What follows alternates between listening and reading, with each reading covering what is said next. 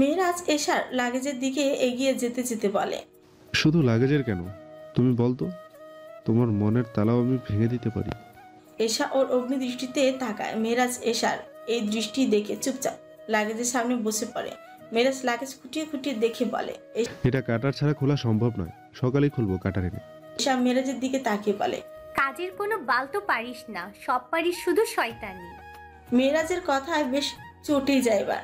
মেয়েরা কেন এত গালাগালি করবে, কিন্তু তাও রাগকে শান্ত করে বাথরুমে গিয়ে অজু করে বেরিয়ে আসে। এসা তখন আগের মতো বিছানায় বসে আছে। মেহরাজ তাকে কোলে তুলতে এগিয়ে এসে ঝুঁকে পড়ে। বউ চলো বাসর করে ফেলি। এসা দাঁত চেপে মেহরাজের দিকে তাকিয়ে বলে, ইবলিশের ইবলিশ, তোর বাসর তুই কর। মেহরাজ টিটকারি হাসি দিয়ে বলে, হ্যাঁ সেটা তো করব, কিন্তু তার জন্য তো তোমায় প্রয়োজন। এসা মেহরাজের কথায় নিজের পায়ের দিকে তাকিয়ে তারপর মেহরাজের দিকে ফিরে পড়ে। মেনুর আলমারির কাপড় গোছাচ্ছে আর এহসান বিছানায় বসে বসে তার নারীকেই পরখ করছে। মেনু বিড়বিড় করে শুধু এহসানকে গালি দিচ্ছে।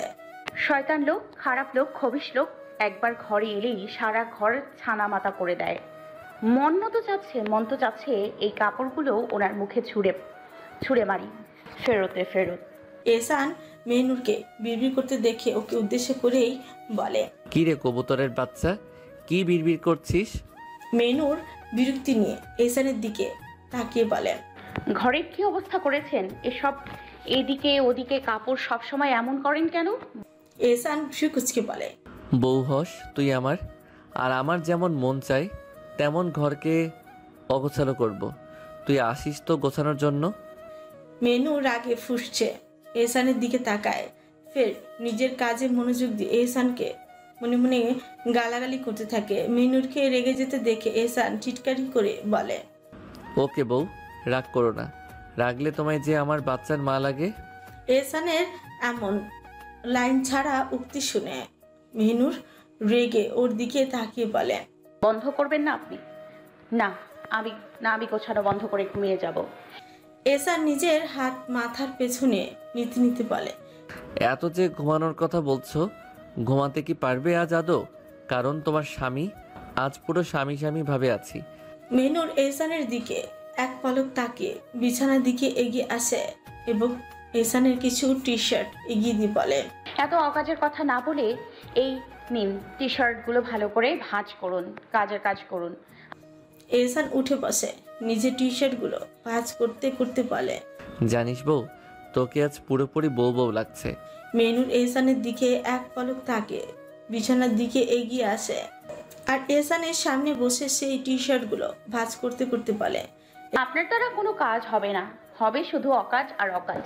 এহসান মেনুরের দিকে এক পলক তাকিয়ে বলে, আমার দ্বারা কিছু হবে কিনা জানি না, কিন্তু আমার দ্বারা তুই কয়েক সন্তানের জননী ঠিকই হয়ে যাবি। তারপর একটু থেমে বলে, ইনশাআল্লাহ। মেনুরের এবার ধৈর্যের বাঁধ ভেঙে যায়। এহসানের দিকে তাকিয়ে তাতে দাঁত চেপে বলে, মুখ ভেঙে দিব আর একটা বেশি কথা বললে, খারাপ মানুষ। এহসান ছোট কেটে হেসে বলে, এদিকে আয়না রে, একটু খারাপই তোর সাথে করি। খারাপ যখন বললি। মেনুর বিরক্তি নিয়ে এহসানের দিকে তাকিয়ে হাতে টি শার্টগুলো নিয়ে উঠে যায়, অতঃপর আলমারিতে রেখে দেয় অতি যত্ন সহিত। আলমারি লাগিয়ে এহসানের দিকে তাকিয়ে দাঁত চেপে বলে, আর যদি দেখি আলমারির কাপড় এদিকে থেকে ওদিকে হয়েছে তো দেখবেন কি করি। এহসান আবারও বিছানায় হেলান দিয়ে দিতে দিতে বলল, তুই যাই দেখাস আমায়, আগে কিন্তু তোর ঘাড়ের তিলটা দেখাতে হবে আগে, এই আমি বলে দিলাম। মেনুর আর সহ্য করতে পারে না, চিৎকার করে বলে, একটা অমানুষ, আপনি মানুষ হলেন না হলো। এই বলে বাথরুমে প্রবেশ করার উদ্দেশ্যে অজু করে বেরিয়ে এসে দেখে এহসান তার পানে তাকিয়ে আছে। এটা দেখে মেনু কিচ্ছু বলে না, কি বলবে, এই পুরুষের কাজই তো এটা যখন সুযোগ হয় তখনই তার পানে তাকিয়ে থাকে। মেনুর আলমারি থেকে ওষুধের বক্স থেকে একটা ঔষধ নিয়ে এসে এহসানের দিকে এগিয়ে দিয়ে বলল, এই নিন ঔষধটা খেয়ে নিন, জ্বর এখনো কমেনি।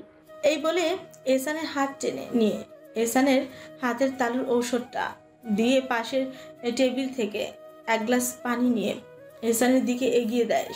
এহসান শান্তভাবে খেয়ে নেয় তা। মেনুর বাতি বন্ধ করে এসে বিছানায় উঠে যায়। আজ আর এহসানের বুকে মাথা রাখে না। এহসান এমনিতে অসুস্থ, তাই প্রয়োজনে নিজের ভার ওর উপর ছেড়ে দেওয়ার তাই বালিশে মাথা রাখে। মেনুর বালিশে মাথা রাখার কিছু মুহূর্ত পর এহসান এগিয়ে এসে মেনুরের বুকে নিজের মুখ বুজে দেয়। মেনুর দীর্ঘশ্বাস ফেলে, এহসানের মাথায় হাত বুলিয়ে দিতে থাকে। এহসান আয়েশ করে চোখ বুজে নেয়। কিন্তু এহসান কি শান্তি থাকার মানুষ? সে সবসময় মেনুরকে লজ্জায় ফেলার ধান্দায় থাকে। মেনুরের যা যা মনে হয়, এই যে মেনুরের বুকে শুয়ে আছে, তবে গত রাতের মতো শান্ত হয়ে নয়। এদিকে নড়ছে তো ওই দিকে নড়ছে।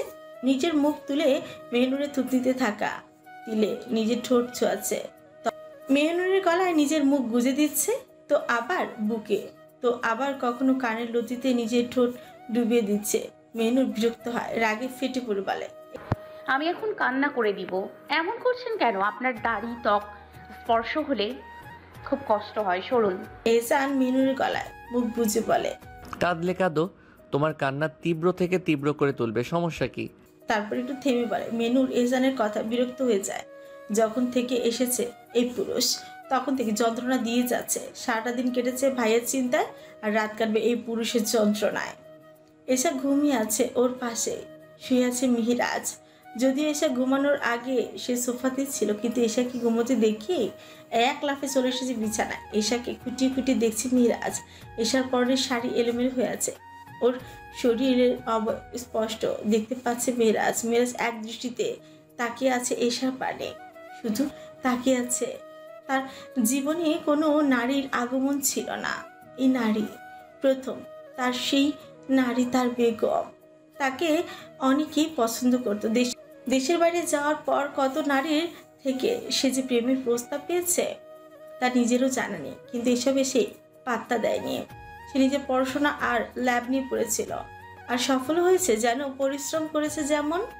কিন্তু এই জেদের বসে বিয়েটা, এই নারীতে আটকা পড়ে গেছে সে। মেয়েরাজের ইচ্ছেই ছিল যদি কোনো নারীকে ভালোবাসি তো সেটা হবে তার বউ, আর সেটাই হলো। কিন্তু তার বউ তো আর বউ নয়, আগুনের গোলা। কথায় কথায় ছ্যাঁচ্ছ্যাঁ করে উঠছে, আর কি গালাগালি! মেহরাজের তো কানে তালাই লেগে যায়। এইসব ভাবছে মেহরাজ, আর একবারে তাকিয়ে আছে নিজের বেগমের পানে। এশার ঘুমের মধ্যেই মনে হয় কেউ কে দেখছে। এশার ঘুম ঘুম চোখ খুলে মেহরাজ এভাবে নিজের এত কাছে দেখে এশার হুঁশ উড়ে যায়।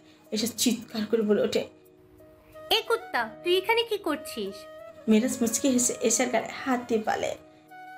এমন কথা শুনে এশা চোখ বড় বড় করে নিজের দিকে তাকায়। নিজের এমন অবস্থা দেখে এশা চিৎকার করে উঠে বলে, ও কুত্তা রে, তোর জন্য আমি ঘুমিয়েও শান্তি পাই না। এশার মুখে এমন বাজে গালি শুনে মেয়েরাজ থতমত খেয়ে যায়। মানে মেয়ে মানুষ এত গালাগালি কিভাবে করে, কিভাবে এমন কথা মুখ দিয়ে বের হয়? মেয়েরাজ এসব থুতনি আলতো করে চেপে ধরে বলে, ঈশার বাচ্চা, এত গালাগালি করিস না, নয়তো দাঁত ফেলে দেব। এশা উল্টো দাঁত চেপে বলে, বিছানা থেকে নেমে যা, নয়তো উষ্টা মেরে মাটিতে ফেলে দেবো। মেয়েরাজ আর কিছু না বলে চুপচাপ উঠে যায়, গিয়ে সোফায় শুয়ে পড়ে। এশার গালাগালি শুনে তার ঘুম চলে আসছে। মেহরুব গভীর রাতে নিস্তব্ধতা ভেঙে এক মনক্ষুণ্ণ অবস্থায় নিয়ে ছাদের দিকে এগিয়ে। ঘুম আসছিল না, মনো অস্থির। ছাদে ওঠার পর তার চোখ পড়ে নুরি আকাশের দিকে তাকিয়ে দাঁড়িয়ে আছে একা, যেন তার সব ভাবনা শূন্যে উড়ে যাচ্ছে। মেহরুব অবচেতন ভাবে হেঁটে এসে হালকা ঘাবড়িয়ে গেছে নুরিকে দেখে, তবে ঠিক যেন কিছু একটা অনুভব করে। নুরি সামনে দাঁড়িয়ে রাগ তো অনুভব হলোই না, বরং একচিলতে হাসি ফুটে উঠে মুখে। এমন সময় সে নুরির দিকে এগিয়ে দিয়ে প্রশ্ন করে, নুরি কিরে, এত রাতে ছাদে কি করছিস? এক পলক তাকে বলল, ঘুম আসছিল না তাই। মেহরুবের চোখ নুরির হাতে গেল, তার সাদা হাতে লাল লাল দাগ, যেন কিছু হয়েছে। মেহরুব ঘাবড়ে গিয়ে বলল, হাতে কি দাগ এগুলো? নুরি এক মুহূর্ত নিজের হাতের দিকে তাকিয়ে বলল, ও, এটা এশা আপুকে মেহেদি দিতে গিয়ে লেগে গেছে। মেহরুব কিছুটা হালকা হয়ে বলল, নুরি তোরও তো মেহেদি দেওয়া উচিত ছিল। বাড়ির সব পিচ্ছি তো এসার সাথে মেখেছে। মরিন হেসে বলল, মেহরুব এশা আপু মেহেদি পরেছে নিজের মেহরামের জন্য, আর পিছিটা পরেছে শখের জন্য। আমার তো কিছুই নেই, তাহলে আমি কেন পরবো? মেহরুবের মুখ মলিন হয়ে গেল। কথাগুলো যেন মেহরুবের অন্তরে তীক্ষ্ণ সূচের মতো বিঁধে গেল। তার কণ্ঠে এক অদ্ভুত অস্বস্তি, অস্থিরতা নিয়ে বলল, মেহেদি কি শুধু মাহরামের জন্য পড়তে হবে? শখের জন্য পরা যায় না? নুরি দীর্ঘশ্বাস ফেলে আকাশের দিকে তাকিয়ে বলল, মেহেরুব শখের জন্য মেহেদি পরা আর হারাম পুরুষদের সামনে চলাফেরা করা, এটা ঠিক আমার মনে হয় না। এক পলকও বিরতি না দিয়ে অবাক হয়ে বলল, তুই হারাম পুরুষ পেলি কোথায়? তোর গায়ের মাহারাম তো শুধু ভাইজান আছে, আর ভাইজানের সামনে তো তুই যাস না। নুরিও এক মুহূর্তের জন্য আকাশের দিকে তাকিয়ে এরপর মুখ ফিরিয়ে বলে, ভাইজানের সামনে যাই না, কিন্তু আমি আপনার সামনে তো যাই। মেহেরুব কিছুটা ক্ষিপ্ত হয়ে বলে। তাহলে তুই আমায় কোন ভাবে তোর জন্য হারাম বলছিস? নুরি মলিন হাসি দিয়ে বলে, আর বলবো কেন? আপনি তো আমার জন্য হারাম, চাচাতো ভাই হন। আপনি আমার কাছে হারাম তো হবেই। মেহেরুবের শরীর রাগে টান দিয়ে উঠল। মনে হচ্ছিল এই মুহূর্তে সে যেন নিজের পুরোটা হারাতে চলেছে। নুরি চলে যাওয়ার জন্য পা বাড়ায়। বেশ বুঝতে পারে তার মেহেরুব ভাই খেপে গেছে তার এই কথা। নুরি চলে যাচ্ছিল, তবে মেহেরুব তাকে থামিয়ে দেয়। সে এক টানে নুরির বাহু ধরে দাঁতে দাঁত চেপে বলে, তোর সাহস হয় কি করে আমায় হারাম বলার? তোর এত বড় কলিজা হয় কি করে রে? নুরি বেশ ঘাবড়ে গেল, কিন্তু তবুও মেহেরুবের দিকে তাকিয়ে বলল, দেখুন মেহরুম ভাই, সত্যটা আমি জানি আর আপনিও জানেন, তাই এত রাগ করার কিছু নেই। মেহেরুব দাঁত চেপে বলল। নুরি সত্যটা কি? কিছুক্ষণ চুপ করে দাঁড়িয়ে রইল। সে হতভম্ব হয়ে মেহেরুবের দিকে তাকায়। কেন যে এমন করছে সে? অবশেষে মেহেরুবের প্রশ্নের সম্মুখীন হয়ে সে কাঁপতে কাঁপতে বলল, মেহেরুব সত্য এটাই যে আপনি আমার মেহরাম, আপনার অধীনে আমি, তবে শুধু নামে মাত্র। কাঠ গলায় বলল, নামে হয়ে আর কাজে আমিই তোর মাহারাম। আমি তোর জন্য হালাল, আর যদি কোনোদিন আমায় হারাম বলবি তো দেখে নিস তোর কি অবস্থা করি। নুরির মনটা ভারী হয়ে গেল। এতদিন তার সাথে কোনো সঠিক সম্পর্ক তৈরি হয়নি, আর আজ মেহেরুব তাকে এমনভাবে অধিকার দেখাচ্ছে। সারা জীবনের ঝক্কি যন্ত্রণার দিন কাটিয়েছে, সারা জীবনে ঝক্কি যন্ত্রণার দিন কাটিয়েছে, আর আজ তাকে হালাল বলা হচ্ছে। নুরি চোখে এক কালো মেঘে ঢেকে গেল সবকিছু। নুরি মলিন গলায় বলল, আপনি অহেতুক অধিকার কেন দেখাচ্ছেন আমার উপর? সত্যিকারে তো আমাদের কোনো সম্পর্ক নেই। মেহেরুব একটিও সাজিয়ে না বলল। কেন নেই? আমাদের সম্পর্ক তো আছে। নুরি অবাক হয়ে প্রশ্ন করল। কি সম্পর্ক? মেহেরুব কিছু সময় চুপ করে রইল, তারপর বলল, নুরি তা একটা পবিত্র সম্পর্ক, স্বামী স্ত্রীর সম্পর্ক। কিন্তু আমি সেই সম্পর্ককে মূল্য দেই না। ছিলেন হাসি দিয়ে বলল, মেহেরুব যে সম্পর্কের মূল্য দেন না তার ভিত্তিতে আপনি আমার উপর অধিকার দেখাচ্ছেন। আপনি কি জানেন মেহরুব ভাই আপনি কি করছেন? তার চোখের দিকে গভীরভাবে তাকিয়ে বলল, নুরি আমি সম্পর্কের মূল্য দিই আর না দেই, তবে এটা জানি তুই শুধু আমার অধীনে, আর তোর উপর সম্পূর্ণ অধিকার রয়েছে আমার, আর আমার উপরও তোর অধিকার রয়েছে। চমকে উঠল। এতক্ষণ তার মধ্যে কোনো অনুভূতি ছিল না, কিন্তু মেহেরুবের এই কথাগুলো তাকে একেবারে স্তব্ধ করে দেয়। তাকে নুরি মৃদু গলায় বলল, মেহরুব ভাই কি হয়েছে আপনার? এমন আজব কথা বলছেন কেন? মেহেরুব হতাশ গলায় বলল, জানি না কি হচ্ছে, কেমন যেন হয়ে যাচ্ছে। সব সময় তোকে দেখতে ইচ্ছে হয়, তোর সাথে কথা বলতে ইচ্ছে হয়। জানি না কেন এমন হচ্ছে। কাজে গেলে কাজেও মন বসে না, বাড়িতে চলে আসতে মন চায়। এক পলক তোকে দেখলেই সব ঠিক হয়ে যায়। জানি না, আমি ঘুমাতে গেলেও ঘুম আসে না, ভেতরটা খচখচ করে। নুরি কিছু সময় একদৃষ্টিতে তাকিয়ে থাকে। মেহেরুবের কথাগুলো তার শোনার মতো ছিল না, কিন্তু কিছু না বলারও ছিল না। ফজরের পর ফজরের নামাজ শেষে মেহেরাজ ঘরে প্রবেশ করে। চারপাশে এইরকম নীরবতা। তখনই ওর ফোনটা বেজে ওঠে। পকেট থেকে ফোন বের করে রিসিভ করতে অপর পাশ থেকে ভেসে আসে এক পরিচিত কণ্ঠ। আমার বোন কোথায়? মেহেরাজ বুঝতে চায় কার কণ্ঠ। একবার পাশ ফিরে তাকায় জায়নামাজে বসে থাকা এশার দিকে। তার ছাঞ্চা গলা বলে ওঠে, ঘুমাচ্ছে। অথচ এসা তখনও জায়নামাজে বসে। মেহেরাজের এই কথায় ক্ষিপ্ত দৃষ্টিতে তাকায় ওর দিকে। ঠোঁট দুটো অল্প কাঁপে, যেন কিছু বলতে চায়, কিন্তু নিজেকে সামলায়। তারপর উঠে এগিয়ে আসে। ওপাশ থেকে এহসানের দীর্ঘশ্বাস ভেসে আসে। কেমন আছে ও? মেহেরাজ স্বাভাবিক ভঙ্গিতে জবাব দেয়। ভালো, নাও কথা বলো। এই বলে সে এশার দিকে ফোন এগিয়ে দেয়। ক্ষিপ্ত দৃষ্টি এশার এবার নিজেকে শান্ত করে ফোন হাতে নেয়। আসসালামু আলাইকুম ভাইজান। ওয়ালাইকুম আসসালাম। কেমন আছিস? আলহামদুলিল্লাহ ভালো। তোর সাথে কেউ বাজে ব্যবহার করছে না তো? না ভাইজান, সব ঠিক আছে। এই কথার মাঝে হঠাৎ মেহেরাজ পেছন থেকে এশার কোমর জড়িয়ে ধরে। এসার চোখ বড় হয়ে যায়। ভাইয়ের সাথে কথা বলছে কিন্তু কিছু বলতে পারছে না। তার গলা স্বাভাবিক রাখার চেষ্টা করছে, অথচ মেহেরাজ ইচ্ছে মতো ওর ঘাড়ে ঠোঁট ছোঁয়াতে থাকে। এসা দাঁতের দাঁত চেপে ভাইয়ের সাথে কথা চালিয়ে যায়। এক সময় কোনো রকমে ফোন রেখে দেয়, পরক্ষণে ঘাড় ঘুরে চিৎকার করে ওঠে। ইবলিশের ইবলিশ, আজ তোর একদিন তো আমার একদিন। কিন্তু মেহেরাজ থামার পাত্র না। নিজের দুষ্টু হাসি ঠোঁটে রেখে এগোতেই এসার রাগ ফেটে পড়ে। এক মুহূর্তে ওর ফোনটা দেয়ালের দিকে ছুঁড়ে মারে। ফোনটা গিয়ে ধাক্কা খায়, দেয়ালে পড়ে যায়। মেহেরাজ এবার ফোন হাতে নিয়ে দেখে ভাগ্য ভালো, ফোন বেঁচে গেছে। তবে আদমরা সে রেগে গিয়ে এসার দিকে এগিয়ে এসে পড়ল। কি করেছো দেখো, ফোন পুরো শেষ করে দিলে।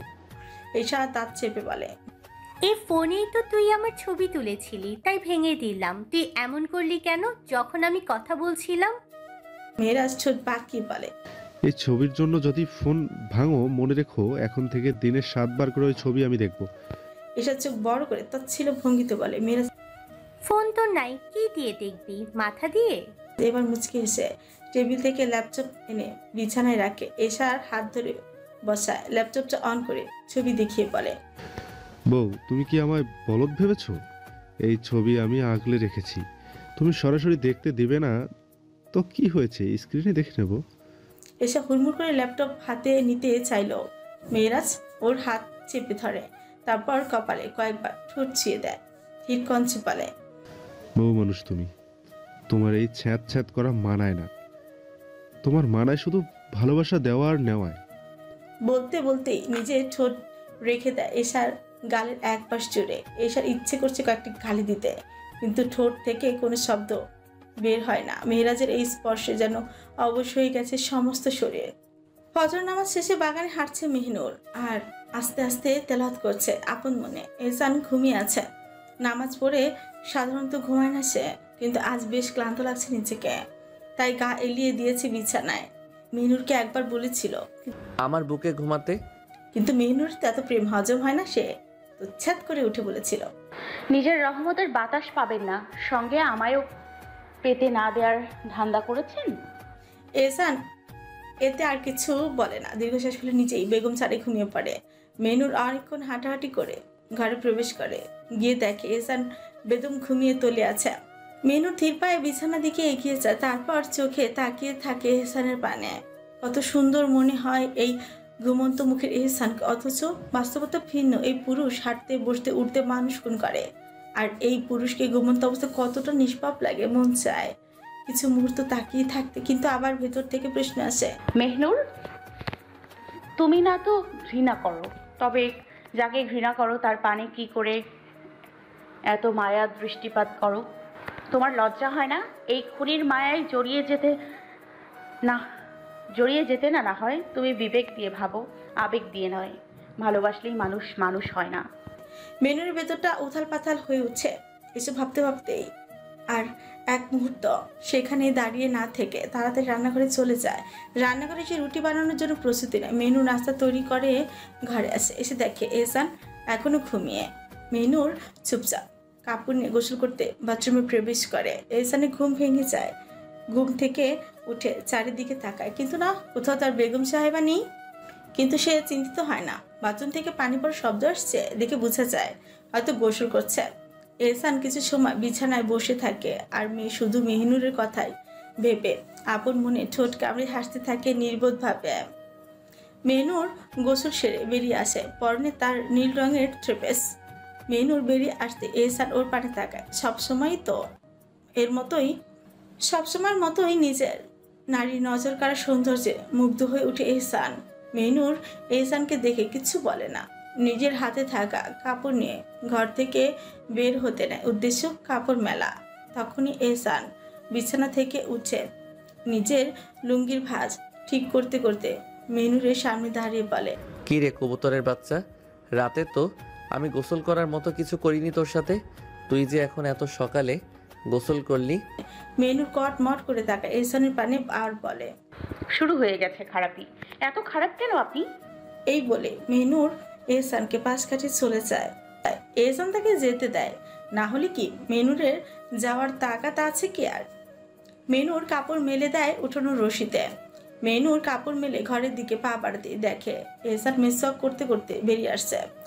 এহসান মিসওয়াক মুখে নিয়ে মেনুরকে বলে, যা নাস্তা নিয়ে পুকুর ঘাটে আয়, আমি ওখানেই আছি। মেনুর চুপচাপ ঘরে চলে যায়। এই পুরুষের কত কি মনে ধরে আল্লাহ জানেন। মেনুর 1 গ্লাস দুধ, 7-8টা খেজুর, একটা সিদ্ধ ডিম আর রুটির সাথে গরুর মাংস এগুলোই একটা প্লেটে তুলে নেয়। দুধ আর খেজুর এহসানের সবসময় লাগবে। দুধ আর খেজুর এহসানের সবসময় লাগবেই যে লাগবেই। একদিনও মেনুর দেখেনি যে দুধ আর খেজুর ছাড়া এহসান সকালে নাস্তা সেরেছে। এহসানের প্রিয় নাকি এই খাবারগুলো। মেনুর ধীর পায়ে খাবারের ট্রে নিয়ে ঘর থেকে বেরিয়ে যায়। পুকুর পাড়ের গাছে গিয়ে দেখে এহসান বসে আছে। পুকুরের সিঁড়ির গাছের ছায়ায় পুকুরের পাড়ে 2 দিকে গাছ রয়েছে, যার জন্য বেশ আরামদায়ক বাতাস আর ছায়াও রয়েছে।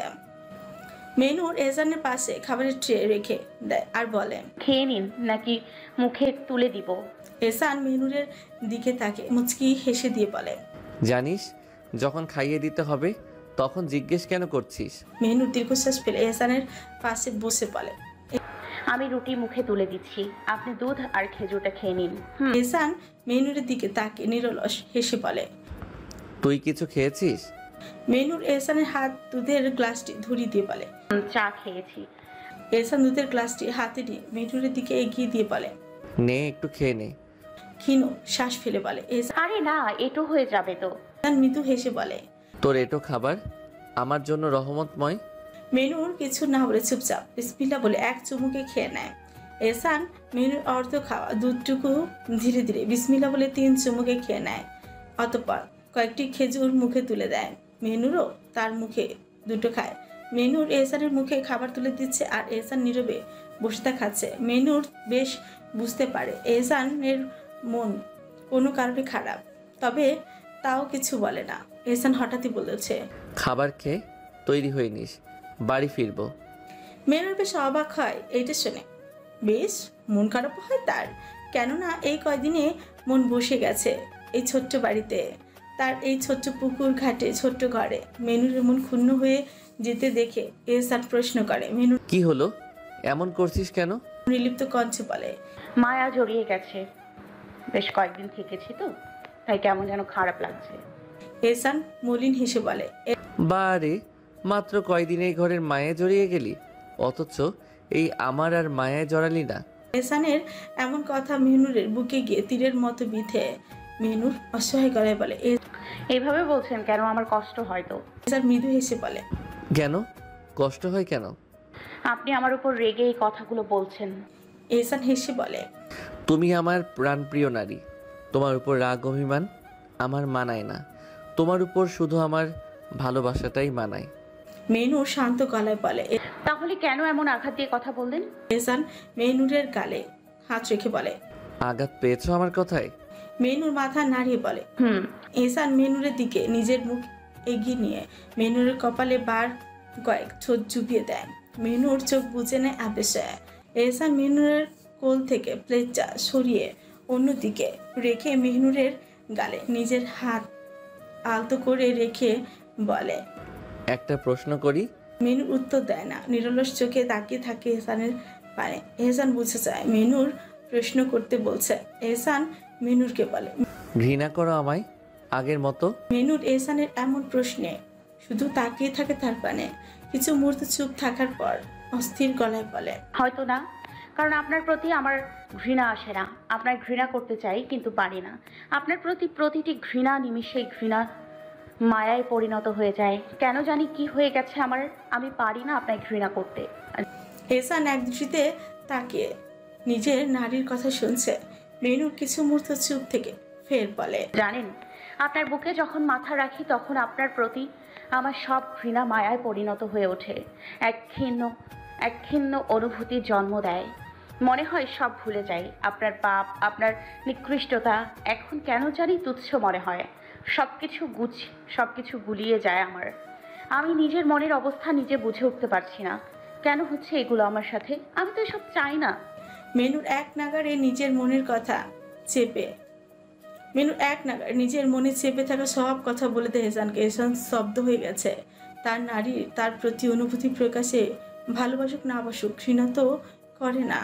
এহসান মেনুরকে আগলে ধরে নিজের বুকে আর মেনুরকে বলতে থাকে, এটাই হয়তো ভালোবাসার শুরু। এটাই হয়তো আমায় তুমি তোমার নিজের আত্মার আগলে জড়িয়ে নেওয়ার শুরু। মেনুর এহসানের বুকে নাক ঘেঁষে এহসানের শরীরে ঘ্রাণ নিতে থাকে, তারপর ফিসফিসিয়ে বলে, ছাড়ুন, নয়তো আমার হাতে তরকারি লেগে আছে, আপনার গেঞ্জিতে লেগে যাবে। এহসান মেনুরকে ছাড়ে না, শক্ত করে মেনুরকে জড়িয়ে ধরে বলে। মেনু কিছু সময় থাকো না, এই পাপিষ্ঠ বুকে কি এমন ক্ষতি হবে? চুপ হয়ে ঘাপচি মেরে বসে থাকে আপন পাপিষ্ঠ পুরুষে আপন পাপিষ্ঠ বুকে। মেয়েরাজ কালো শার্ট আর প্যান্টের উপর সাদা অ্যাপ্রন পরে তৈরি, ওর সাজগোজ একেবারে পারফেক্ট, যেন সিনেমার কোনো নায়ক। এসে বিছানায় বসে মেয়েরাজকে দেখে। প্রথমে নিজেও কিছুটা অবাক হয়, কিন্তু ও তো আর মেয়েরাজকে সুন্দর বলবে না, তাই ওর দিকে তাকে টিটকারি দিয়ে বলে, হাসপাতালে যাচ্ছ নাকি নায়কগিরি করতে?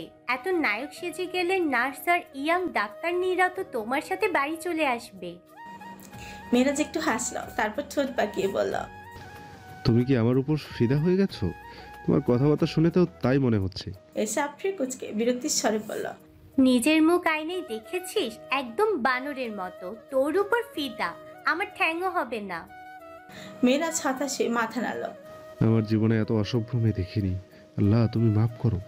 তারপর ব্যাগটা হাতে নিয়ে এসে সামনে এসে বলল, এখন যাচ্ছি, তবে চিন্তা করো না, ঘন্টাখানেকের মধ্যে ফিরে এসে তোমার অসভ্যতার ডাবল ডোজ দেবো।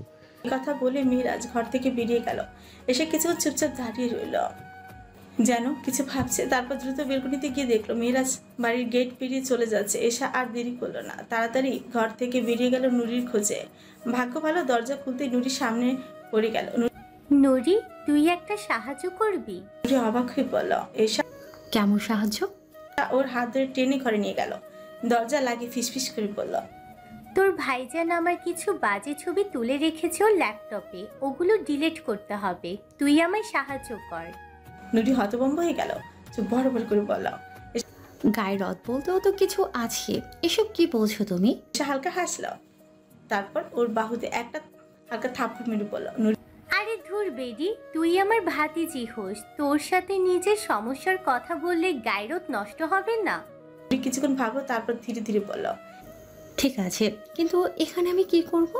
এসা উজ্জ্বল চোখে বলল, নুরি তুই শুধু আমায় একটা ফোন এনে দে, ফোনের টিউটোরিয়াল দেখে ফাইলগুলো ডিলিট করব। একটু চিন্তা করলো, তারপর মাথা নাড়ে এসার ছোচে ধীরে ধীরে এক রহস্যময় হাসি ফুটে ওঠে। মেহরুব ভাইয়ের ফোন নিয়ে আসি, উনি বললেই দিয়ে দেবেন, বলল নুরি। এসা নুরির কথা শুনে সিরিয়াস সময় মুচকি হাসি দিয়ে চিৎকারি দিয়ে বলল, ও ভাতিজি, কি ব্যাপার? আমার ভাতিজাকে দেখছি বেশ ভালো চেনো তুমি। নুরি লজ্জা মুখ ফুলিয়ে বলে, তুমি এসব বললে আমি এনে দেব না কিন্তু, আর আমাদের মধ্যে তেমন কিছু নেই কিন্তু। এসা মুচকি হেসে বলে, হয়েছে মা, থামো। তুমি যে 2 বছর আগেই আমার ভাতিজার বউ হয়ে বসে আছো ওইটা আমি জানি, আর আমার ভাতিজা যে তুমি বলতে পাগল ওইটাও বুঝতে পারি। নুরি এসার কথায় লজ্জায় মরে যাচ্ছে, হাসিও পাচ্ছে। মেহরুব ভাই নাকি সে বলতে পাগল। তবে আর কিছু না বলে কক্ষ থেকে বেরিয়ে যায়, উদ্দেশ্য মেহরুবকে খোঁজা। মেহরুবকে নিচে খুঁজে পায় না, তাই দাদি এনিফা বেগমকে জিজ্ঞেস করে। দাদিজান, মেহরুব ভাইকে দেখেছো? এনিফা বেগম নুরিকে মেহরুবকে ভাই বলে ডাকায় এক চোট চটে গিয়ে বলেন, এই হারামজাদা, কতদিন বলেছি ও তো জামাই হয় ভাই না, ভাই রাখবি না? নুরি বিরক্তি নিয়ে বলে, দাদিজান তুমিও না, এখন আমি ওনাকে মেহরুব ভাই না ডেকে মেহরুব জামাই ডাকবো নাকি? এনিফা বেগম চোখ লাল করে বলেন, মানুষ কত কি ডাকে নিজের জামাইকে, জান, এগো, ওগো, আর কত ইংলিশে কি কি ডাকে। নুরির হাসি উঠে দাদিজানের কথা শুনে নুরি মুখে হাত রেখে হাসতে হাসতে বলেন, দাদিজান তুমিও এসব ডাকো নাকি দাদাজানকে? এনিফা বেগম হেসে বলেন, নুরি হ্যাঁ ডাকি তো, আয় তোরে শিখাই দি, আয় তোরে শিখিয়ে দি, আমার ছোট নাতিকে কি বলে ডাকবি। হাসতে হাসতে বলে, হয়েছে, আর শেখানো লাগবে না। এমনিতেই তোমার নাতির সাথে কথা বলতে আমার হাত পা কাঁপে, আর এসব বলে ডাকলে আমায় তোমার নাতি আর চিন্তা রাখবেন না। ঠিক তখনই বাড়ির ভেতরে মেহরুব প্রবেশ করে। নুরি ও এনিফার কথা শুনে বলে, কে কাকে জিন্দা রাখবে না শুনি? এসা ও নুরি চমকে ওঠে। নুরি মনে মনে ভাবে, এ পুরুষ কিছু না, শুনিনি তো হয়তো। এনিফা বেগম বললেন, এই তো তুই এসে গেছিস নুরি, তোরে খোঁজ করছিল, তাই জিজ্ঞেস করছিলাম তোরে দিয়ে ওর কি কাজ। ও আমায় বলে তোর লগে নাকি ওর বহুত কাজ, আমারে তা বলা যাইতো না। নুরি একবার মেহরুবের দিকে তাকায়, এরপর একবার দাদিজানের দিকে, দুই হাত দিয়ে নানা করতে করতে বলে, না মেহরুব ভাই, আমি এটা বলিনি, সত্যি এটা বলিনি। এনিফা বেগম হাসেন। মেহরুব বুঝে যায় দাদিজান মজা করছেন। মেহরুব নুরির দিকে তাকিয়ে বলেন, আমায় এক কাপ চা দিবি বানিয়ে? নুরি মাথা নাড়িয়ে বলে, আচ্ছা আচ্ছা, এখন একটু কাজ আছে। মেহরুব বলে, আচ্ছা। এই বলে সিঁড়ির কাছে গিয়ে দাঁড়িয়ে নুরি এক দৌড়ে মেহরুবের কাছে গিয়ে দাঁড়িয়ে বলে। মেহরুব ভাই, একটা কথা ছিল। মেহরুব থেমে গিয়ে নুরির দিকে তাকিয়ে ফিকুচকে বলে। কি? নুরি হাজার দ্বিধায় বলে, মেহরুব ওই ওই আপনার ফোনটা একবার দেবেন, একটা জরুরি কাজ ছিল। পকেট থেকে ফোন বের করতে করতে বললেন। তো এটা বলতে এত তোতলাতে হয়? এই বলে ফোনের লক খুলে নুরির দিকে নিজের ফোন এগিয়ে দেন মেহরুব। নুরি ফোন হাতে নিয়ে দীর্ঘশ্বাস ফেলে মেহরুব নিজের ঘরে চলে যায়। নুরি এশার ঘরে ফোন নিয়ে আসে। এশা ফোন নিয়ে বলেন, মারে, তুই আমায় যে সাহায্য করলি, দোয়া করি তোর আর মেহেরুবের যমজ সন্তান হোক। এশা এমন দোয়া শুনে নুরি বলে, সংসারই হলো না, সন্তান হবে কোথা থেকে? এশা হাসতে হাসতে বলে, আমি আছি না, সংসার জোড়া লাগিয়ে দেব, আর আল্লাহ তো আছেনই। নুরি মলিন হাসিতে বলে। আগে নিজে সংসারটা তো করো। নুরির কথা এশা আর কিছু বলে না, তাড়াতাড়ি মেহরুবের ল্যাপটপ নিয়ে বসে পড়ে বিছানায়। আচ্ছা, লক জানো কি? এশা বলে। নুরি হ্যাঁ জানি, সকালে দেখে নিয়েছি। এশার সামনে বসে বলে। এশা আচ্ছা ভাইজান যদি জানতে পারে পরে তো রাগ করবে। নুরির দিকে মেহরুবের ফোন এগিয়ে দিয়ে বলে, সার্চ কর তো, এসব ফাইল নষ্ট কিভাবে করে যেগুলো টাইম দিয়ে সেট করা থাকে। নুরি ফোন নিয়ে খুঁজতে থাকে। এশা ফাইল খুঁজতে থাকে। অনেকক্ষণ হয়ে যায়, আধ ঘন্টা পার হয়ে, কিন্তু কেউই কিছুই পায় না। তখনই ঘরের দরজায় কেউ কড়া নাড়ে। নুরিও এশা কেঁপে ওঠে। এশা নুরিকে ফিসফিসিয়ে বলে, মনে হয় তোর ভাইজান ইবলিশ এসে গেছে। শোন, আমি ল্যাপটপ রেখে দিচ্ছি, তুই ফোন লুকিয়ে নে, আর বলবি আমরা গল্প করছিলাম। নুরি বলে। এশা আচ্ছা, দরজা খুলে দেয় এবং তার ধারণা সঠিক, মেরাজ এসেছে। মেরাজকে ঘরে প্রবেশ করতে দেয়। এশা কোনো কথা বলে না। মেরাজ নুরিকে দেখে আর এশাকে ঠোঁট শুকিয়ে যেতে দেখে ফিকুচকে বললেন, কিরে, তোরা কি আকাম করছিলি এখানে নুরি? নুরি কিছু বলতে যাবে, তখনই এশা নিজেকে সামলে বলে, আমরা যাই করি, তোমায় বলবো কেন? মেরাজ এশার দিকে বাঁকা চোখে তাকায়, তারপর নুরিকে বলে, এই নুরি, মেহরুব বলেছে তোকে এটা বলতে, যে তোকে কতক্ষণ আগে চায়ের কথা বলেছিল, আর তুই কতক্ষণ পর চা দিবি। কথা শুনে নুরি লাফ দিয়ে উঠে দাঁড়িয়ে বলে, হ্যাঁ হ্যাঁ ভাইজান দিচ্ছি। এই বলে এশার দিকে তাকিয়ে বলে। আমি আসি কেমন? এশার মেজাজ ছুটে যায়, লক্ষ্যে পৌঁছাতেই পারলো না। এশা কটমট করে মেরাজের দিকে তাকায়, তারপর ঘর থেকে বের হওয়ার জন্য পা বাড়ায়। কিন্তু মেহরাজের জন্য তা আর সম্ভব হয় না। মেরাজ তাকে আটকে নেয় নিজের হাত বাড়িয়ে। এসব ক্ষিপ্ত হয়ে পড়ে, ছাড়বি তুই আমায়, না উষ্টা খাবি? মেরাজ এশার কোমর জড়িয়ে ধরে ওকে কাছে টেনে এনে বলে, এত চেষ্টা করলে কিন্তু সফল হলে না। এসব চমকে গিয়ে বলে। কিসের চেষ্টা? মেরাজ হেসে বলে, জানো, তুমি যতবার ফাইলে প্রবেশ করার চেষ্টা করছো ততবারই আমার ফোনে নোটিফিকেশন গেছে। এশা বেশ ঘাবড়ে যায়, তাও জোর গলায় বলে, সমস্যা নেই, এই ল্যাপটপটি ভেঙে দেব যদি না কাটিস ওই ছবিগুলো। এশার এত বড় কথা শুনে মেহরাজ তার ছুটে হাত রেখে বলে, এ মুখ দিয়ে এত তিতা কথা কিভাবে বের করো? ক্লান্ত হও না? এশা মেহরাজের হাত ঝাড় মেরে সরিয়ে বলে, হাতও কথা বলে নাকি যে কথায় কথায় হাত নাচে? মেহরাজ মুচকি হেসে এশা থুতনি আলতো চেপে বললেন, হাত পা ঠোঁট সবই কথা বলে। এই বলে মেহরাজ এশার অধর আঁকড়ে ধরে নিজের অধর দ্বারা। এশা কি কম যায় নাকি? সেও সুযোগ বুঝে মেহরাজের কাটা ছোটে নিজের তাঁতি বসিয়ে দেয়। মেহরাজ ব্যথায় কিছুক্ষণ আঁকড়ে ধরে রাখে, তারপর ছেড়ে দেয় আর নিজের ছোটের রক্ত মুছতে মুছতে বলে, এশা নাউজুবিল্লাহ, এত ভয়ঙ্কর বউ, শত্রুও না হোক মাবুদ। মেহরাজের ছোটের রক্ত নিজ হাতে মুছে দিতে দিতে বলে, আমাকে বিয়ে করেছিস না, তোর বিয়ের শখ এবার মিটবে। রাতের সিলেট শহর তখন নিস্তব্ধ। আকাশে এক ফালি ম্লান চাঁদ, দূরে দু একটা বিমানের আওয়াজ ছাড়া আর কোনো শব্দ নেই। ঠিক রাত 3টার দিকে সিলেট এয়ারপোর্টের বাইরে কালো রঙের একটা সুটকেস হাতে দাঁড়িয়ে এক ব্যক্তি। তার চোখে এক অদ্ভুত স্থিরতা, ছোচকনি রহস্যময় হাসি। চারপাশে যতই নীরব হোক না, মনে তার ঝড়। একটা কালো ইউভি এসে থামলো ঠিক তার সামনে। ড্রাইভার দরজা খুলে দাঁড়ায়, ব্যাগটা গাড়িতে রেখে নিজেও উঠে পড়ে লোকটি। গাড়িটা ধীরে ধীরে এয়ারপোর্ট ছাড়িয়ে ছুটে চলে গ্রামের দিকে।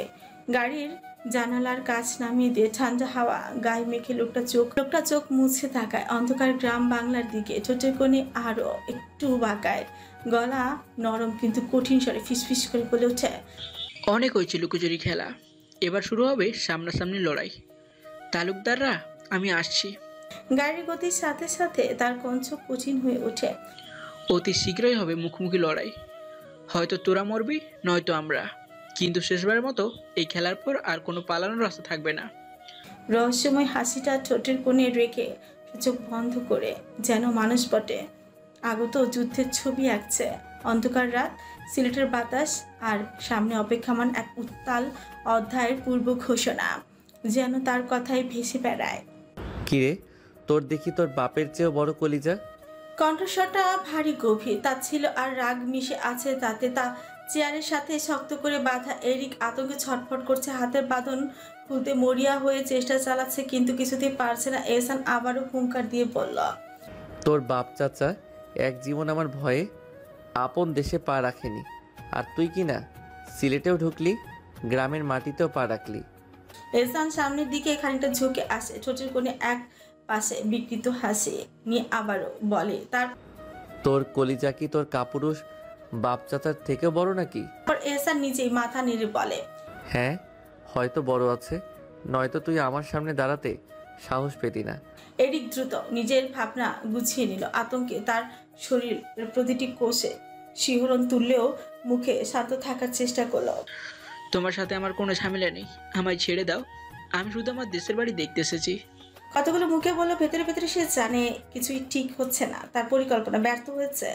এতদিন ছায়ার আড়ালে লুকিয়ে ছিল, কিন্তু এহসানের চোখ এড়ানো সম্ভব হয়নি। দেশে আসতে সে ভেবেছিল হয়তো এখানেই তার শেষ, কিন্তু এহসান কোনো প্রতিক্রিয়া দেখায় না, শুধু মাথা সামান্য কাত করে হাসিবের দিকে তাকিয়ে বলে, ওরে ওর বাড়িতে ছেড়ে দে। এই কথা শুনে জয়নাল হতভম্ব হয়ে গেল। এহসান উঠে গিয়ে গোডাউনের বাইরে চলে গেল। জয়নাল ওর পেছনে যেতে যেতে বলল। এহসান এবার একটু হাসে, গাড়ির দরজা খুলতে খুলতে, ও এসেছে আমার নির্বাচনে গন্ডগোল করতে, ওর বাপ চাচাই পাঠিয়েছে তা আমি জানি, কিন্তু বড় ইঁদুর ধরতে হলে ছোট ইঁদুরকে ফাঁদে ফেলতে হয় বলে। জয়নাল এবার বুঝে গেল এহসান ছোট্ট মাছকে এখনই মারতে চায় না, সে অপেক্ষা করবে বড় শিকার ধরার জন্য। অপেক্ষা করতে জানি সে। গাড়ি এগিয়ে চললো বিশাল এক সমাবেশের উদ্দেশ্যে। নির্বাচন আর মাত্র কদিন পর। প্রতিদ্বন্দ্বীরা নানান দিক থেকে আঘাত হানার চেষ্টা করছে, কিন্তু এহসান এসব নিয়ে ভাবে না। তার একটাই লক্ষ্য, এই নির্বাচনে জিততে হবে। তার জন্য যা করতে হয় করবে, যদি 100টা খুনও করতে হয় তাহলেও। কেউ তার পথে বাধা হয়ে দাঁড়ালে তাকে সরিয়ে দিতে সে বিন্দুমাত্র পিছপা হবে না। ক্ষমতা তার চাই এবং তা সে নিয়েই ছাড়বে। এহসান মেহনুরকে বাড়িতে রেখে গেছে, কিন্তু মেহনুরের মন কোথাও বসছে না। এই ঘর, এই দেয়া, সবকিছু যেন তাকে শূন্যতে ভরিয়ে তুলেছে। তার মনটা টানছে অন্য কোথাও, তার নিজ বাড়িতে, যেখানে তার বাবা, ভাই, ছোট্ট ভাই বোনেরা আছে, যেখানে আছে তার নুরিফুল, তার সবচেয়ে আপন আরেক আপনজন তার এশা। সন্ধ্যার পর সবাই মিলে অনেকক্ষণ গল্প করছিল, হাসছিল, সময় কাটাচ্ছিল, কিন্তু যখন একা ঘরে ফিরল তখন বুকের ভেতরে কোনো শূন্যতা আর একটু গভীর হলো। চারপাশে তাকিয়ে থাকে মেহিনুর। অজানা এক কষ্টে মন ভরে যায়। এহসানকে আজ সারাদিনে একবারও দেখেনি, কোথায় আছে, কি করছে কিছুই জানে না, কিন্তু বুকের ভেতরে একটা অস্থিরতা লেগে আছে। ধীরে ধীরে উঠে দাঁড়ায় মেহিনুর, কাপড় রাখার কক্ষে প্রবেশ করে, হাত বাড়িয়ে এহসানের আলমারিটা খুলে ভেতর থাকা এহসানের গায়ের মাখা একখানা চাদর বের করে নিয়ে আসে। চাদরটা গায়ে জড়িয়ে নেয়। নিজের গায়ে চাদর জড়িয়ে নিতে একটা প্রশান্তি নেমে আসে ভেতরে। এহসানের গায়ে ঘ্রাণ লেগে আছে। এহসান নামাজ অনেক আগে পড়ে নিয়েছে, কিছুক্ষণ তেলাওয়াতও করেছে, মন কিছুটা শান্ত হলেও একটা উদাসীনতা রয়ে গেছে। বেলকনির সোফায় এসে বসলো মেহনুর। চোখ আটকে আছে অন্ধকার আকাশের দিকে। সামনে পথঘাট একেবারে ফাঁকা, রাত গভীর হচ্ছে, কিন্তু আর অপেক্ষা শেষ হচ্ছে না তার। সে অপেক্ষা করছে এহসানের জন্য। সভা ভালোভাবে সফল হলো। গাড়িতে ওঠার পর হাসিব একরকম উচ্ছ্বাসের সুরে বলল, ভাইজান, আমার মনে হয় জনতা তোমারে বাচ্চা নেব। এহসান হাসিবের দিকে তাকে মুচকি হাসল। এত ভাবা ভালো নয়। জনতার মন কোন দিকে চায় তা বলা কঠিন। হাসিব গাড়ি চালাতে চালাতে বলে, এহসান না ভাইজান, মানুষ কিন্তু তোমারে নেব, দেখিও। এহসান আবারও হাসলো, তবে এবার সেই হাসির মাঝে ছিল রাজনীতির কঠিন বাস্তবতা। এটা রাজনীতির খেলা। এখানে নিব নেবে এসব মানায় না, এখানে মানায় নিতেই হবে। জয়নাল কিছুক্ষণ চুপ করে থাকলো, তারপর বলল, এহসান এক পাশে তার ছেলে হাসি দিয়ে বলল, দেখে নিস আগামী 10 দিনের ভেতর সে দেশে ফিরবে, কারণ ওর ছেলে ওকে আশ্বাস দেবে আমি কিছু করব না, আর সেই আশ্বাসেই সে পা রাখবে নিজের দেশে। তারপর খানিক থেমে গলায় এক ভয়ঙ্কর দৃঢ়তা এনে বলল, আর যেদিন পা রাখবে আল্লাহ বাঁচিয়ে রাখলে সেদিন আমি মন ভরে তৃপ্তি নিয়ে ওদের রক্ত দিয়ে গোসল করব। এরিককে তার আপন জমিদার বাড়িতে পৌঁছে দেওয়া হয়, কিন্তু সে জানে না এখানে সে থাকতে পারবে কিনা। বাড়ির গেট অবধি বন্ধ হয়ে আছে, বিধ্বস্ত গাছপালায় ঢেকে গেছে। এক সময় যে বাড়ি ছিল প্রাণবন্ত, সে এখন যেন এক মৃত্যুপুরী নিস্তব্ধতা। আপন ঘরের গেটে দাঁড়িয়ে থাকে সে, কিন্তু প্রবেশ করা হয় না। কিছুক্ষণ চুপচাপ দাঁড়িয়ে থেকে একবার চারপাশে চোখ বুলিয়ে চারপাশে, তারপর ফিরে রওনা হয় টাউনের দিকে। গাড়ি নেই, তাই হেঁটেই গ্রামে ফেরতে হবে। সে জানে এহসান তাকে দয়া করে মুক্তি দেয়নি, বরং তার বাপ চাচাকে বের করে আনার জন্য তাকে বাঁচিয়ে রেখেছে। কিন্তু সে কি আর কোম্পানির মাছ? সে জানে শুধু এহসান নয়, তার বাপ চাচারাও তার জন্য অপেক্ষা করছে। তাদের প্রতিশোধের আগুন যেমন জ্বলছে, তেমনি তার বুকেও জ্বলছে জেদের আগুন। সে এসেছে পাকাপোক্ত পরিকল্পনা করে, একটা না একটা সফল হবেই, একটা না একটা। তবে হুট করে কিছু করা যাবে না। তার নিজেকে দুর্বল দেখাতে হবে সবার সামনে, শিকারীর সামনে যেন সে দুর্বল এক শিকার। তাহলে এহসানের সন্দেহের চোখে আর সে আরো সময় পাবে, আর এই সময়ের মধ্যে সে চাল দেবে এমন এক দান যাতে পুরো খেলার চলচ্চিত্রই বদলে যাবে।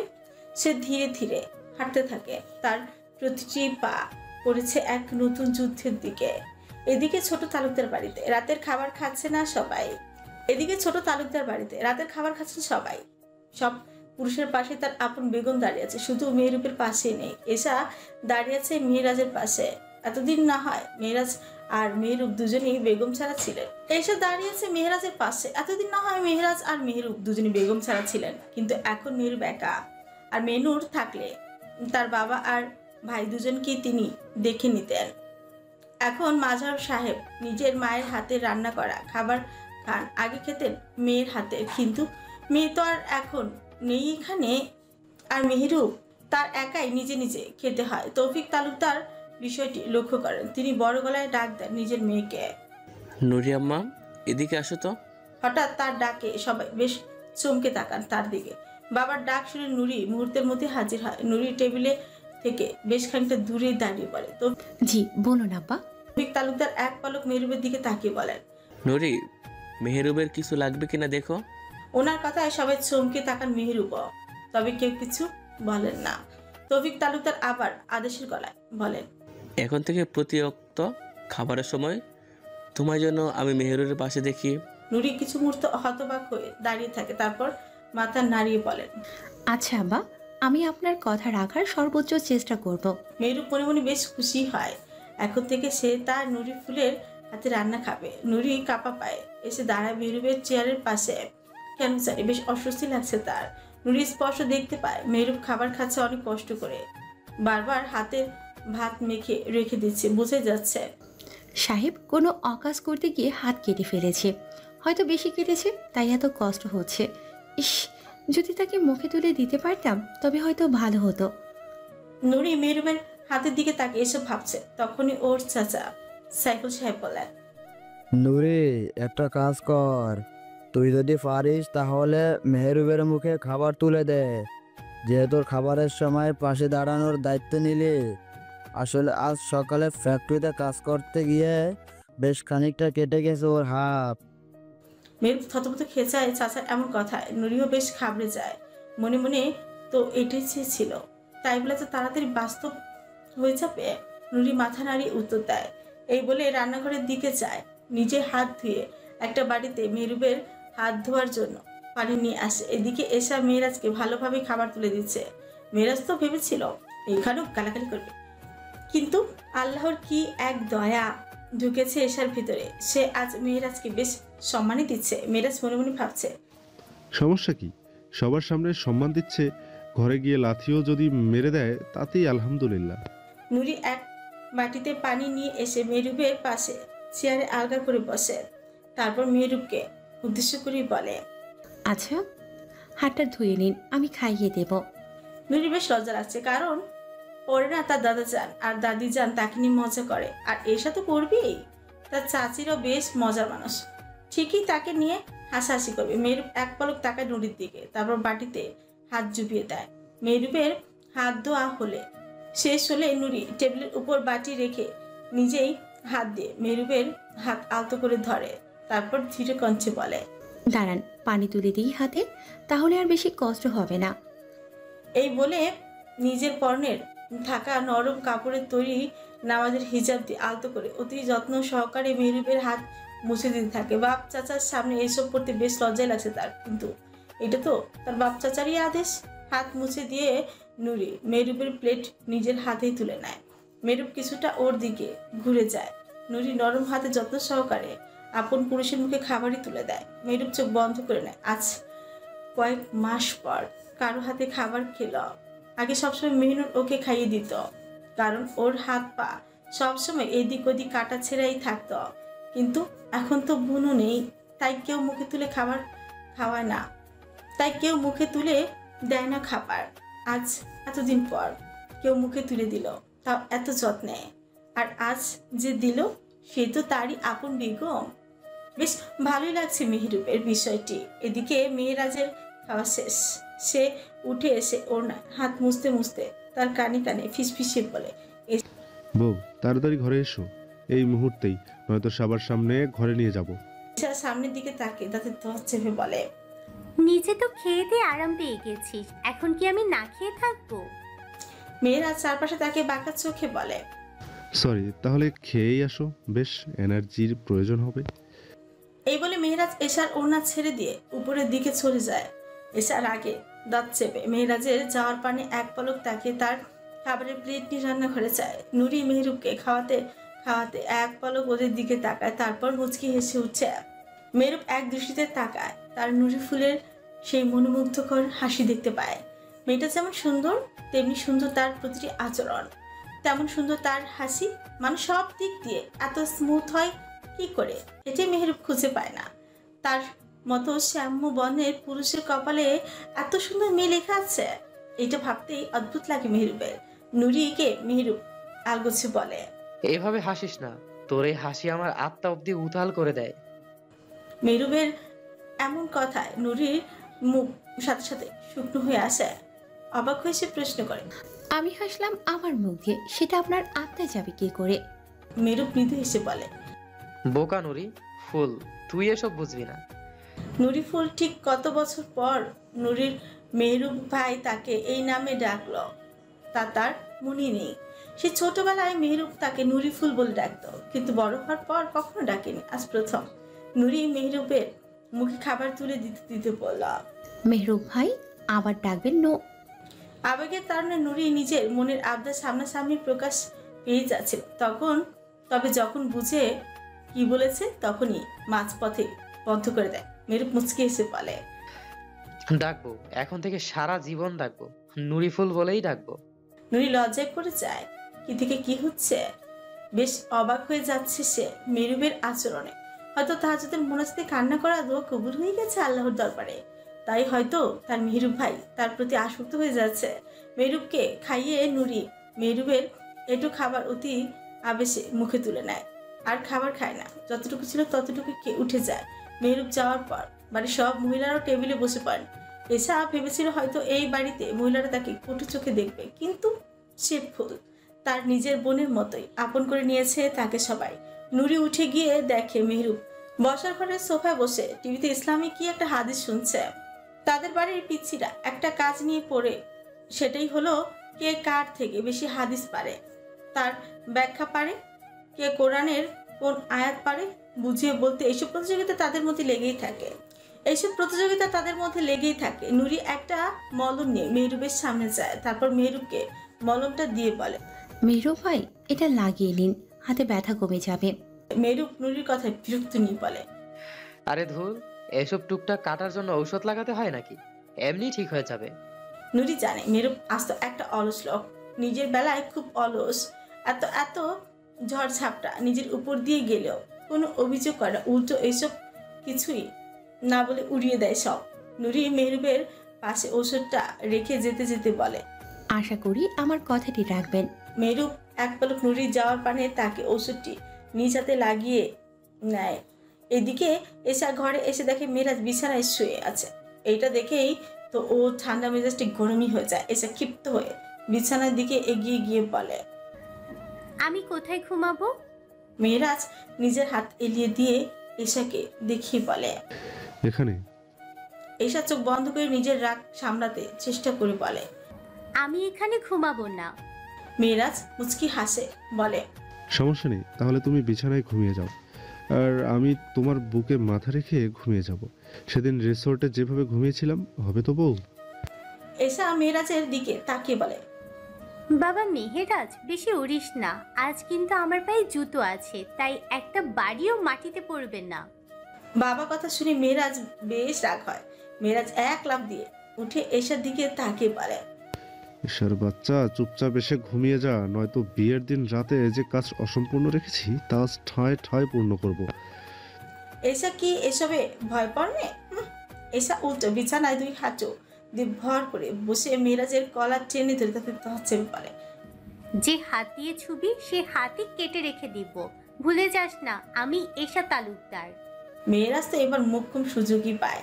আর দেরি না করে এশার কোমর জড়িয়ে ধরে একদম নিজের মুখের কাছে ধরে বলে, এশা, তোমায় শুধু ছুবো না, তোমার সাথে সংসার করে 4-5টা বাচ্চার বাপ হয়ে দেখাবো। এশা তালুকদার, মনে রেখো আমিও মেহরাজ সিদ্দিক। মেরাজের দিকে অবাক দৃষ্টিতে তাকিয়ে বলে, তুই তাহলে নিজেকে এই পরিবারের কেউ মনে করিস না? মেরাজ বলে, হ্যাঁ, মনে করি। এ পরিবার আমার সব, এটাই আমার অস্তিত্ব, এখানেই বড় হয়েছি আমি। তবে সত্য তো সত্যই, আমি মেহরাজ তালুকদার নয়, আমি মেহরাজ সিদ্দিক। আমার বাবা ওয়াজিদ সিদ্দিক, তাই সেই ক্ষেত্রেও আমিও মেহরাজ সিদ্দিক।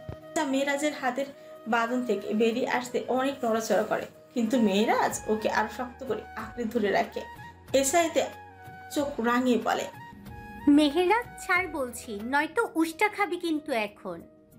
মেরাজ উল্টো এসার ওড়না ওর থেকে ছাড়িয়ে নিয়ে ওর চুল ছেড়ে দিয়ে এসার চুলে হাত বুলাতে বুলাতে বলে, রাতে যখন ধরেছি তখন আর সকালের আগে ছাড়বো না।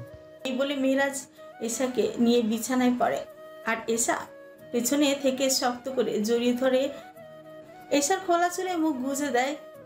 এসা চিল্লিয়ে বলে, আমার কবরে যত বিচ্ছু তৈরি হবে দেখছি সব, শুধু তৈরি তোকে গালি দিয়ে। ছাড় বলছি নমরুদ। মেয়েরাজ এসাকে আরো শক্ত করে জড়িয়ে ধরে ওর ঘাড়ে, দাঁত বসিয়ে দেয় আর বলে, এসা, আর একটা গালি মুখ থেকে বের করেছো তো, এ দাঁত সারা শরীরে বসবে অসভ্য মেয়ে। তার শরীর অবশ্যই আসতে থাকে মেয়েরাজের স্পর্শে। এসা চুপ হয়ে যায়, আর মেয়েরাজ সেই এসার ঘাড়ে মুখ গুজে ঘুমিয়ে তুলিয়ে যেতে থাকে। রাত তখন প্রায় দ্বীপ প্রহরের ছুঁই ছুঁই। রাস্তার পাশে এক চায়ের টং দোকানের সামনে বসে আছে এহসান, হাসিব আর জয়নাল। হালকা হলুদ আলো ঝলমল দোকানটা আশেপাশের অন্ধকারের তুলনায় বেশ উজ্জ্বল। আশেপাশে কয়েকজন মাঝরাতের অতিথি, কেউ চা খাচ্ছে, কেউ বা ধোয়া ছাড়ছে আকাশের দিকে। এহসান হাতের গরম চায়ের কাপটা নিয়ে চুমুক দিতে দিতে ভাবল, চায়ের স্বাদ যত স্পেশাল হোক না কেন, টং দোকানের চায়ের মতো উত্তমই আর কিছুই হতে পারে না। তার মনে হয় আসল স্বাদটা চায়ের মধ্যে নয়, বরং এই আড্ডার মধ্যে লুকিয়ে আছে। আর হাসিব আর জয়নাল, এরা দুজনই তো চাকর, ঘন্টার মধ্যে 2 কাপ না খেলে চলেই না। বিশেষ করে জয়নাল তো এক কাঠি সরেশ। এহসান আর হাসিব যখন মাত্র প্রথম কাপ শেষ করেছে তখন জয়নাল ইতিমধ্যে 2 কাপ সাবার করে ফেলেছে। এহসান কাপটা টেবিলে নামিয়ে জয়নালের দিকে তাকিয়ে বলে, বেশি চা খাইস না, নইলে আবার লিভার কিডনি ফাইটটা যাইবে। হাসিব হো হো করে হেসে উঠল। ভাইজান তুমি ফাটার কথা বলতেছ? লিভার থাকলে তো ফাটবেই। এতদিন এত চা খেতে খেতে লিভার কিডনি নষ্ট হয়ে গেছে। এহসান মুচকে এসে হাসিবের দিকে তাকালো। তাহলে ও বেঁচে আছে কিভাবে? জয়নাল তখন আরেক কাপ নিয়ে বসেছে। কাপটা নিয়ে বিরক্ত মুখে বলল। এহসান চায়ের কাপে আরেকটা চুমুক দিল। ধোঁয়া উঠছে কাপ থেকে, সেই সাথে কথাগুলো যেন ধোঁয়ার মতো হালকা হয়ে মিলিয়ে যাচ্ছে বাতাসে। নির্বাচন শেষ হলেই তোদের দুইটারে বিয়ে করিয়ে দিব। এরপর আর তোদের একজনের পিছে আরেকজন লাগার সময় পাবি না, নিজের বউ নিয়েই ব্যস্ত থাকবি। হাসিব মুচকি হেসে ছোট ছোট ছোট বলল, আর ভাইজান এত তাড়াতাড়ি বিয়া কইরা কি করবো? এহসান হাসতে হাসতে বলল, আর শালা, আমি তো ভাবছি আল্লাহ যদি আমার ছেলে দেয় তোদের দুইজনে 2 মেয়ে নিজের ঘরে তুলমু। তোরা তো আমার বেটা গো শ্বশুর হবি তখন, তারপর কইরা নে নাতি নাতনির খেলা। জয়নাল আর হাসিব মৃদু হেসে মাথা নাড়ায়।